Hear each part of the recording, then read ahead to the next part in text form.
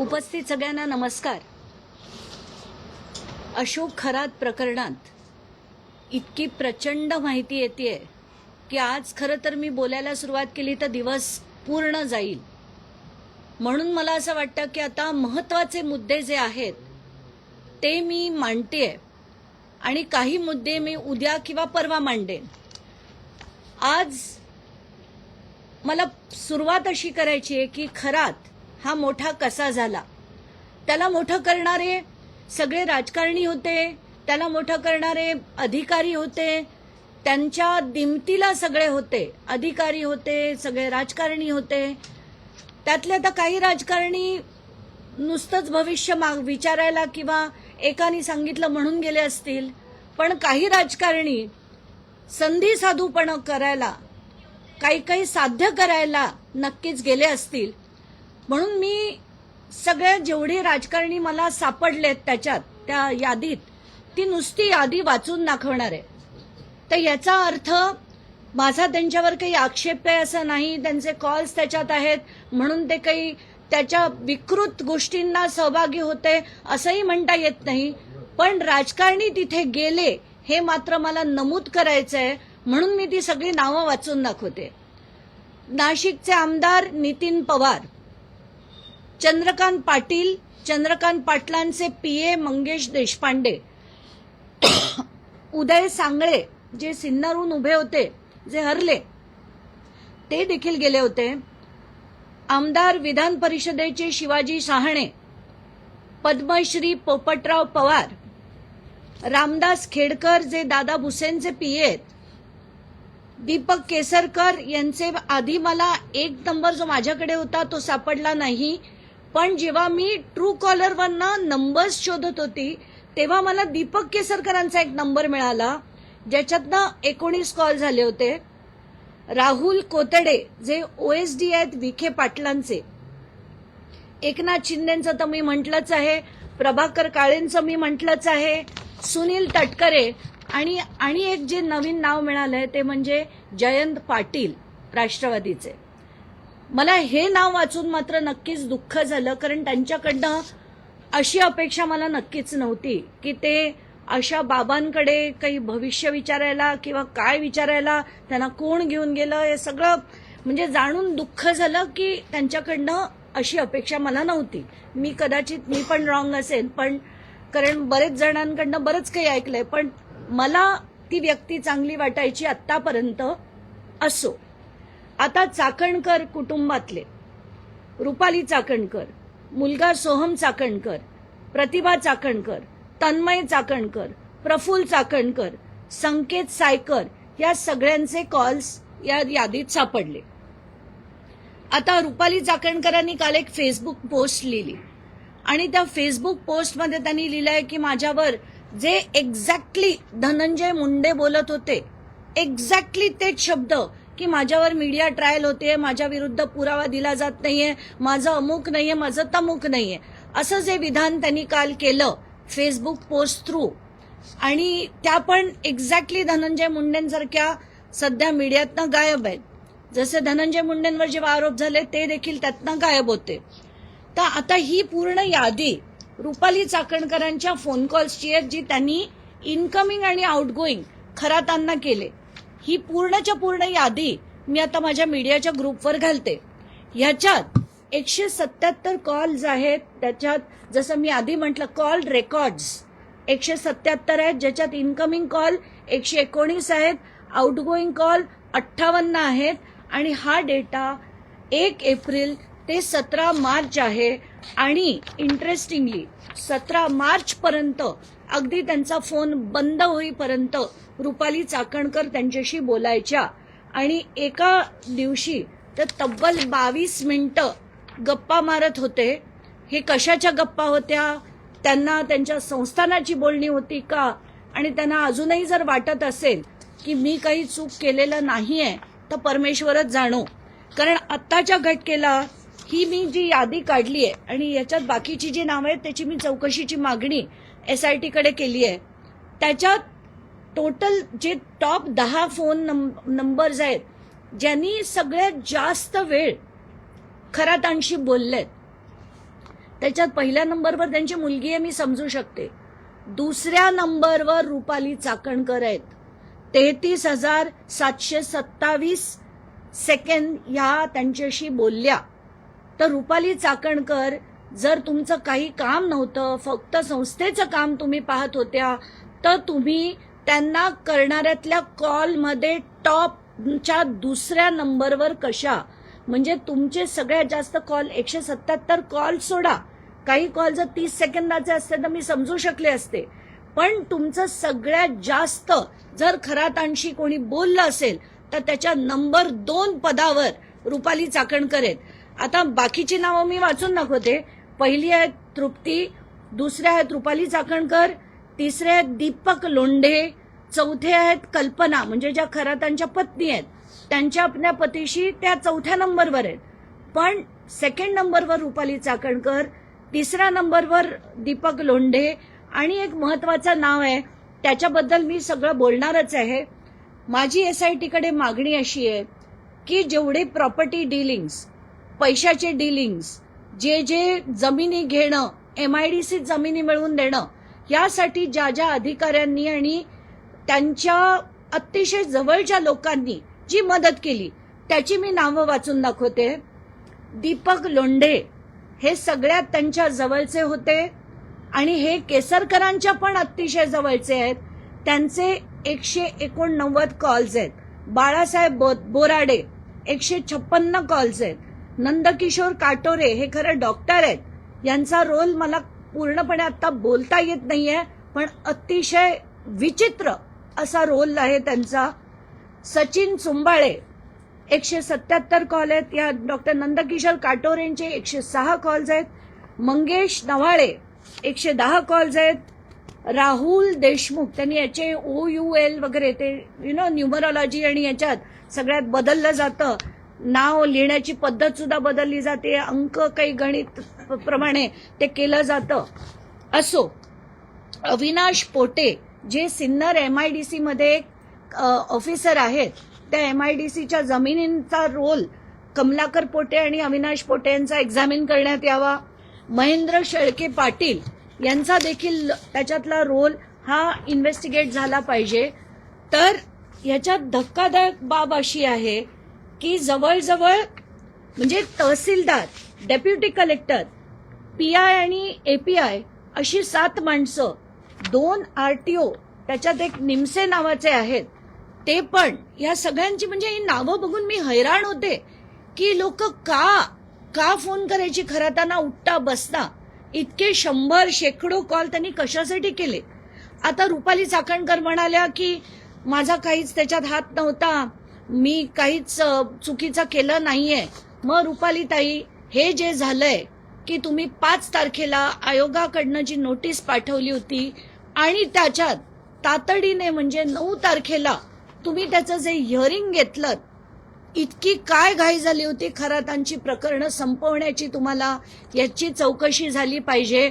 आणि म्हणून आपल्या रुपाली चाकणकरांना SITने ताबडतोब खरं बोलवलं पाहिजे होतं.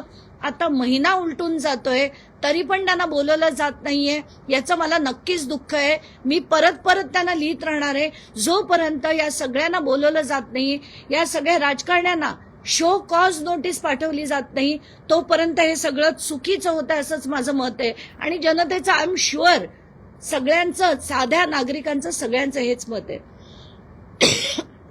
दुसरी गोष्ट, प्रतिभा चाकणकर आल्या आणि म्हणाल्या की ती खाती खोटी आहेत, माझ्या सह्या खोट्या आहेत, हसत बोलत होत्या आणि म्हणतायत की मला काही कोणी बोलवलं नव्हतं, आम्हीच इथे फेरफटका मारायला आलो. हे जे आहे ही पाठवलेली नोटीस आहे आणि ही मी मुद्दाम, कारण पोलीस अधिकाऱ्यांना तुम्ही विचारा, SIT कडे आणि सगळ्या 3 ठिकाणी चौकशा सुरू आहेत. एक नाशिक CP, एक अहमदनगर SP आणि एक SIT चौकशी करते महिलांच्या अँगलवर. नाशिक अहिल्यानगरचे करतायत, समता पतसंस्थेच्या आणि इतर पतसंस्थेच्या बाबतीत, आणि इतर सगळी चौकशी नाशिक CP करतायत. तर ही मी विनंती केली त्यांना की मी माझ्याकडे जी माहिती येते मी पहिली पोलिसांना पाठवते, त्यानंतर 2 दिवस गेल्यानंतर मी ती माध्यमांना माहिती देते, कारण आम्हाला माहिती, आम्हाला काय करायचं आणि काय नाही. तर हे जे लेटर आहे ते मी मुद्दाम मागितलं की मला हे लेटर द्या. या म्हणतात की मला चौकशीला बोलवलंच नव्हतं. हे लेटर आहे ज्याच्यात सरळ सरळ पहिलं नाव प्रतिभा चाकणकरांचं आहे आणि दुसरं नाव तन्मय चाकणकरांचं आहे. यांना चौकशीला बोलवलं गेलं होतं. म्हणजे ही सगळी मंडळी किती धादांत खोटं बोलतात हे मला दाखवायचं होतं. आता ज्या लोकांनी प्रचंड प्रमाणात मदत केली आहे खरातांना, तर आता ही नावं सुद्धा बाहेर आणणं गरजेचं आहे. मागच्या माझ्या पत्रकार परिषदेत मी म्हटलं होतं की एक डेप्युटी कलेक्टर आहेत, ते त्यांना खूप मदत करतायत. ते मुंबईत कार्यरत आहेत. आता मी त्याचं नाव घेऊन सांगते. ते अभिजित भांडे पाटील, जे इथे SRA मध्ये होते, त्यांची SRAतनं सुद्धा त्यांना पदमुक्त करून त्यांना पुन्हा त्यांच्या ओरिजिनल ठिकाणी आणलेत. यांना खरं तर पदमुक्त करणंच गरजेचं आहे. यांना सस्पेंड पण नाही, त्यांना रस्टिकेट काढून टाकणं गरजेचं आहे. हे अभिजित भांडे पाटील तुम्हाला आता या चित्रांमध्ये, आणि सगळे फोटोज जे आहेत ते मी सगळे माध्यमांना आता देते. हे अभिजित भांडे पाटील जे केसरकरांबरोबर दिसत आहेत आणि खरातांबरोबर या फोटोमध्ये दिसत आहेत. त्यांचे 2 फोन्स आहेत. एका फोनवरनं त्यांनी खरातांशी 143 वेळा संभाषण केलंय आणि दुसऱ्या फोनवरनं 53 वेळा. तर ही त्याची अख्खीच्या अख्खी लिस्ट आहे. लिस्ट किती कॉल्स त्यांनी केलेत. आणि आत्ताच्या घटकेला मला जी माहिती मिळाली आहे की कल्पना खरात, तृप्ती खरात, सृष्टी खरात आणि हर्षवर्धन खरात हे जे आत्ता फरार आहेत, तर त्याच्यात कल्पना आणि हर्षवर्धन फरार आहेत. त्या दोन्ही मुलींचा रोल मला माहित नाही म्हणून मी बोलणार नाही. पण हे जे 2 जण फरार आहेत त्यांना आत्ता यांनी कुठेतरी संरक्षण दिलंय आणि म्हणून मी SITला विनंती करते की यांची तात्काळ चौकशीसाठी यांना डिटेन करण्यात यावं अशी माझी मागणी आहे. कारण सगळीकडनं खरातांना मदत करण्यासाठी हा माणूस फार पुढे आहे असं मी अतिशय जबाबदारीने विधान करते. आता याच्यातली बाकीची माणसं, जसं मी म्हटलं, दीपक लोंढे नावाचा व्यक्ती ज्याचं नंबर 3 वर कॉन्व्हर्सेशन खरातशी होतंय, त्याचे आपण फोटो पाहूया. हा फोटो दीपक केसरकरांबरोबर, हा भाईंबरोबर, हा सुनील तटकरेंबरोबर, हा एकनाथ शिंदेबरोबर, हा पुन्हा एकनाथ शिंदे आणि दीपक केसरकरांबरोबर, हा पुन्हा दीपक केसरकरांबरोबर, हा दादा भुसेंबरोबर, हा पुन्हा एक दीपक केसरकरांबरोबर. तर हे सगळं का होतं? शिंदे गट हा त्यांच्या जवळ का होता? या सगळ्यात चौकशी राजकारणात मला बिलकुल पडायची इच्छा नाहीये. माझा आक्षेप या गोष्टीवर आहे की सगळी राजकारणी, हे सगळे अधिकारी हे सतत खरातांना मदत करत होते, पाठीशी घालत होते. आता सुद्धा कल्पना खरात आणि हर्षवर्धन खरात यांना एवढ्याचसाठी लपवण्यात येत आहे कारण त्यांना जर अटक झाली तर सगळं याच्या मागचं षडयंत्र बाहेर येईल आणि म्हणूनच अभिजित भांडे पाटील यांना डिटेन करण्याची गरज आहे. आणि आता मी जसं म्हटलं होतं की मी शेवटचा मुद्दा जो घेईन तो अतिशय महत्वाचा असेल. मी मागच्या वेळी सांगितलं होतं की 27 ते 31 जानेवारी 2026 या दिवसांमध्ये समता पतसंस्थेमध्ये अफाट प्रमाणात उलाढाल झाल्या होत्या. मी तारखांमध्ये सांगितलं होतं की किती तारखेला किती मेसेजेस आले, त्याची माहिती सुद्धा मी माध्यमांना दिली होती. आता आणि एक महत्वाची माहिती म्हणजे ज्या दिवशी अजित पवारांच्या घराच्या बाहेर, म्हणजे बारामतीच्या घराच्या बाहेर जेव्हा भानामतीचे प्रकार झाले, त्या 17 तारखेला रात्री खरात हे ठाण्यात आले होते. 18चा पूर्ण दिवस ते ठाण्यात होते आणि 34 सेकंदामध्ये 6 फायनान्शियल ट्रान्झॅक्शन झाले. जे 6 फायनान्शियल ट्रान्झॅक्शन 34 सेकंदांमध्ये. आणि त्या सगळ्याचा जे याच्यावर आपल्याला दिसतंय की हे जेव्हा झालं तेव्हा खरात ठाण्यात होते. ठाणा वेस्टला एका रेस्टॉरंटमध्ये बसलेले होते. आता याची चौकशी काय, त्याचं गूढ काय, हे पोलिसांनी उलगडायचं आहे. आता तुम्हाला कोणाला काही प्रश्न विचारायचे असतील तर ते नक्कीच विचारा. ताई, आता तुम्ही जो शेवटचा मुद्दा मांडला त्या मुद्द्याशी संबंधित प्रश्न असा आहे की मागच्या वेळेला जेव्हा तुम्ही काही ट्रान्झॅक्शन बद्दल बोलला होता त्या अजित पवारांच्या मृत्यूच्या दिवसाच्या मागच्या पुढचे होते. आज तुम्ही सांगताय की भानामती जी झाली होती त्या दिवसाचे हे सगळे ट्रान्झॅक्शन आहे. या ट्रान्झॅक्शनचा आणि अजित पवारांचा जो अपघाती मृत्यू आहे याचा काही संबंध आहे असं तुम्हाला वाटतं का? मला तर नक्कीच वाटतंय. म्हणूनच तर मी शोधलं की ज्या दिवशी कारण मी पहिले 27 ते 31 जे ट्रान्झॅक्शन्स होते ते मांडले.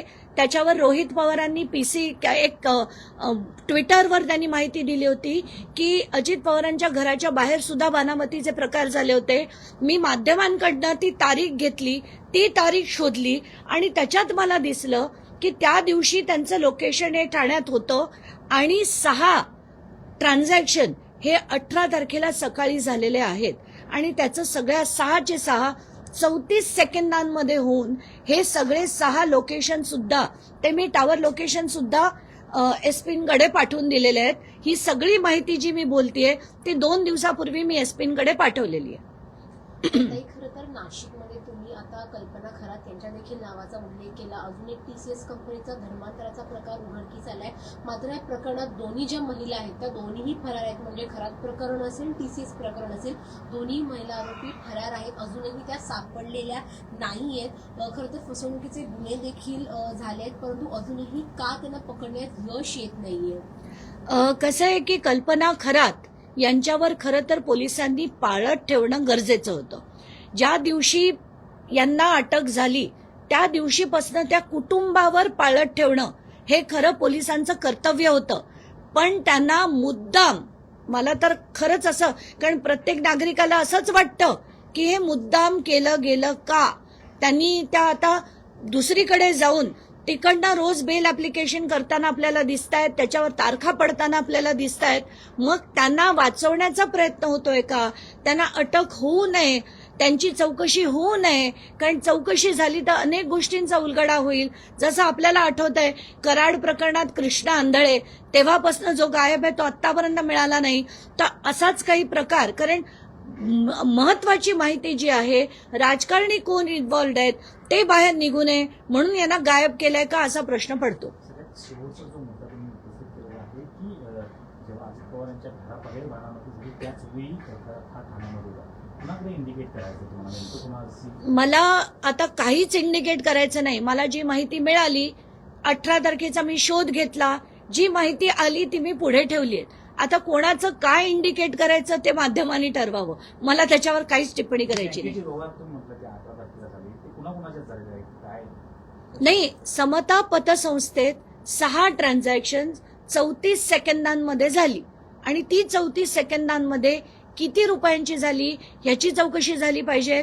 आता मला जी माहिती मिळतीये की 27 ते 29, 27, 28 आणि 29 या 3 दिवसात 5,33,00,000 रुपयाच्या ट्रान्झॅक्शन या समता पतसंस्थेत झालेल्या आहेत.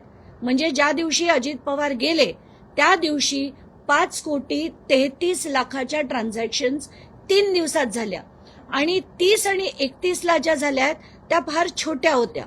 तर महत्वाची माहिती हीच आहे की 27, 28 आणि 29 या 3 दिवसात 5,33,00,000च्या ट्रान्झॅक्शन झाल्या. आता त्या कोणाच्या झाल्या, कोणाकडनं कोणाकडे आले हे सगळं काढणं एसआयटीचं नाही. त्याचं खरं तर आता हे एवढा व्यवहार होतोय, त्याची व्याप्ती इतकी वाढत चालली आहे. EOW अजून का नाही आलंय? कारण ही चौकशी करणं हे EOWच्या अखत्यारीत येतं, ईडीच्या अखत्यारीत येत नाही. कारण मनी लॉन्डरिंग नंतर होतं, पण आधी खात्यात कुठून आले त्याचं इन्व्हेस्टिगेट करणं ही इकॉनॉमिक ऑफेन्स रिंगचं काम आहे, जे त्यांनी केलं पाहिजे. रुपालीताई चाकणकरांनी पोस्ट केली त्यामध्ये ते म्हणतात की 28 दिवस झाले माझ्यावरील आरोपांचे कुणी पुरावे दिले नाही. निनावी पत्राद्वारे बदनामीचा कुठील डाव होता. खरात प्रकरणात आर्थिक व्यवहारात दुष्कृत्यात माझा संबंध नाही असं पोस्टमध्ये त्या म्हणतात. नाही, आता तर मी क्लिअर कट सांगितलंय. रुपाली चाकणकरांचे आणि खरातांचे संभाषण, खरातांच्या फोनवर केलेल्या संभाषणात नंबर 2 वर रुपाली चाकणकर आहेत. 177 कॉल आहे त्याची यादी दिली. एवढंच नाही तर खरातांच्या प्रकरणात 5 तारखेला त्यांनी आयोगाकडनं पत्र पाठवलं. तात्काळ त्याचं 4 दिवसात त्यांनी हिअरिंग लावलं. इतकी घाई रुपाली चाकणकरांनी सगळ्याच गोष्टींमध्ये दाखवली असती. त्यांनी ती वैष्णवीच्या प्रकरणात दाखवली असती, मुंडेंच्या प्रकरणात दाखवली असती तर खूप बरं झालं असतं. पण तसं करताना त्या कधीही दिसत नाहीत. या खरातांच्या बाबतीत 4 दिवसात हिअरिंग लावलं. गंमत वाटते बघून मला. प्रतिभा चाकणकर किंवा रुपाली चाकणकरांना SIT बरोबर प्रतिभा चाकणकर तर केले कोण वाहतूक पाहतं या लोकांना किंवा बिंग फुटू नये म्हणून? नाही, आता हे सगळं बिंग फुटू नये हे ह्या सगळ्यांची एकत्रपणे केलेली केळी आहे. आता कोणाची भिंग फुटणार आहेत ते SIT जाणो, ते अधिकारी जाणो आणि परमेश्वर जाणो. आपल्याला काहीच माहित नाही. रणजित शिंदे म्हणतात की खरातचा कदाचित एन्काउंटर होऊ शकतो. ही भीती आम्हा सगळ्यांनाच आहे, पहिल्यापासून आहे. कारण हे जर नाव उलगडायचं नसेल तर सगळ्यात सोपा मार्ग, फाईल बंद करण्याचा मार्ग म्हणजे खरातचा एब्स्टिन करणं. आणि हेच एक्झॅक्टली मी कमीत कमी 10 दिवसापूर्वी माझ्या घरच्यांना सांगितलं होतं की याच्यातनं निष्पन्न काय होईल माहित नाही. दुर्दैव असं की जिथे जिथे तुम्ही बघा राजकारण्यांची नावं येतात ना, सगळ्या फाईल्स हळूहळू क्लोज होतात.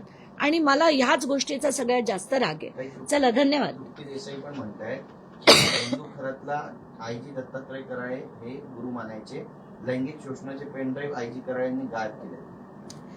तुम्हाला मुद्दाम आता तुम्ही विषय काढलात म्हणून सांगते. जसं मी काल दत्ता कराळेंबद्दल बोलले, त्यांची माझ्याकडे 3 प्रकरणं आली होती. एक इन्कम टॅक्सचं होतं, एक सायबर फ्रॉडचं होतं आणि तिसरं हे आत्ताचं आलं खरातांचं. तर हे जे तिसरं प्रकरण आहे त्याच्यात जेव्हा मी त्यांचं भाषण ऐकलं अतिशय संताप आला. कारण एखादा IG लेवलचा अधिकारी तिथे जाऊन जेव्हा म्हणतो की ते काय वाचा सिद्धी आहे म्हणे त्यांना, आणि वाचा सिद्धीचा प्रत्यय तुम्हा सगळ्यांना आला असेल तसाच मला देखील आला आणि तो त्यांच्या नेत्रातनं दिसतो. अरे तुम्ही काय बोलताय? There is something called as all India. जे ऑफिसर्स आहेत ना, जे IPS ऑफिसर्स आहेत, सिनियर लेवल ऑफिसर्स आहेत, त्यांच्यासाठी एक कंडक्टचा एक प्रोटोकॉल असतो. त्याच्यात सरळ सरळ लिहिलंय की ते कुठल्या कार्यक्रमाला गेले तर त्यांना बोलण्याची पद्धत असायला हवी. कुठूनही जनतेवर त्याचा कुठलाही परिणाम होऊ नये अशा पद्धतीने त्यांनी बोलणं गरजेचं असतं. पण जर IG लेवलचा अधिकारी गुरुपौर्णिमेच्या फंक्शनमध्ये जाऊन बोलतोय की त्यांना वाचा सिद्धी आहे, वाचा सिद्धी असं जर IG लेवलचा अधिकारी बोलतोय तर काय समजायचं लोकांनी? मग नागरिकांना वाटणारच ना की यांच्याकडे जायला काहीच हरकत नाहीये.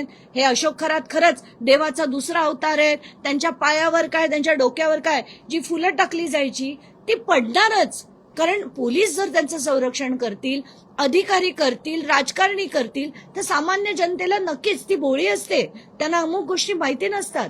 तर त्या लोकांनी जे त्यांच्या पायावर आणि डोक्यावर जो फुलांचा वर्षाव केला त्यात काहीच नवल वाटत नाही मला. कराळे यांनी मात्र हे आरोप सर्व निकालास खोटे असल्याचं सांगितलं. कधी कुठलाही माणूस माझ्यावरचे आरोप खरे आहेत असं म्हणेल का? आणि कराळींनी ते बोलले, त्याच्यात मला काहीच आश्चर्य वाटत नाही. ते काय आहेत हे सगळ्या पोलीस फोर्सला सुद्धा माहितीये. सगळे टॉप टू बॉटम सगळ्यांना माहिती आहेत दत्ता कराळे काय आहेत ते. कराळे यांच्या मुलासोबत जासूद आणि खरात यांचे व्यवहार झाल्याचं त्यामध्ये कोणाशी? जासूद कराळे यांच्या मुलाचे व्यवहार जे आहेत ते जासूद आणि खरात यांच्या सोबत झाल्याचं समजतं. त्यामध्ये कराळे यांच्या मुलाच्या नावाने काही शेल कंपन्या देखील आहेत असं दिसून येतं. हो, तेही खरंय. कराळेंच्या मुलांच्या नावाने मी काय ते बोलणार नाही आता, कारण चुकीचं होईल ते. आणि संभाजीनगरचे पण एक अतिशय सिनियर व्यक्ती आहेत, त्यांच्या मुलांच्या पण एकत्र LLPs आहेत आणि त्याच्यात अनेक गोष्टी झालेल्या आहेत. पण तेच मी तुम्हाला सांगते की जर पोलीस जे लोकांचं संरक्षण करण्यासाठी आहेत तेच जर अशा पद्धतीने फ्रॉड्स करायला लागलेत एकानंतर एक, तर याला धारेवर धरणं गरजेचं आहे. पण या लोकांना यंत्रणा वाचवते, यांना टॉप भाजपचे अधिकारी वाचवतायत आत्ताच्या घटकेला. म्हणूनच मला असं वाटतंय की खरं जर या सगळ्यांना सरळ करायचं असेल तर गृहमंत्र्यांनी कारवाई करायला हवी होती, पण ते कधीच कारवाई करताना मला दिसत नाहीये. आता या मागील 1 महिन्यामध्ये जेव्हापासून प्रमुख प्रकरण आलं तुम्ही जसं म्हटलं की जेव्हा आरोप झाले मुंबईवरती शांत बसलो नंतर व्यक्त झाले, तसंच या प्रकरणामध्ये काल एक्सपोजच्या नंतर चाकणकरांचे तो जो टायमिंग आहे तो काही सुचवू पाहते का? कारण की एक महिना शांत राहिल्या, काल एक्स पोस्टवरती त्या बोलल्या. नाही, ते कसं आहे की आता प्रश्नांना उत्तरं द्यायची नसली तर एरवी पटापट बोलणाऱ्या चाकणकर एक महिना काहीच बोलत नाहीये. जर मला असा कोणी माझ्यावर आरोप केला असता, मी छातीठोकपणे सांगितलं असतं की असा प्रश्नच नाही, तुम्ही मला विचारू शकत नाही, मी केले, हे घ्या माझं सगळं. जसं आता मध्ये सूरज चव्हाण म्हणाले होते यांच्या पासपोर्टची चौकशी करा, यांच्या इन्कम स्त्रोताची चौकशी करा. पहिलं मी दाखवले माझे पासपोर्ट, दुसरं मी दाखवलं माझं ITR. असंही दाखवण्याची हिंमत आहे का रुपाली चाकणकरांची? त्यांचं घर, त्यांची प्रॉपर्टी, त्यांचे ऍसेट्स जे अमाप प्रमाणात वाढले, ते कसे वाढले सांगू शकतील का त्या? मी सांगू शकेन माझं कसं झालं. आणि ज्याला घाबरायची कधी म्हणजे कशाचीच त्यांना हे नसते ना, ते बिंदास बोलतात. पण एक महिना न बोलणं याच्यावरच बरंच काही कळून गेलंय लोकांना. आणि एक महिन्यानंतर एक एक्सपोज टाकणं का? येऊन प्रेस कॉन्फरन्स घ्या ना, की कोणाची हिंमत आहे माझ्यावर बोलण्याची. असं बोललं असतं तर मी समजले असते. पण कालच्या त्या एक्सपोजवरनं बरंच काही कळलं. माध्यमांना टाळण्याचा प्रकार आहे. नक्कीच आहे. चला, धन्यवाद. थँक्यू.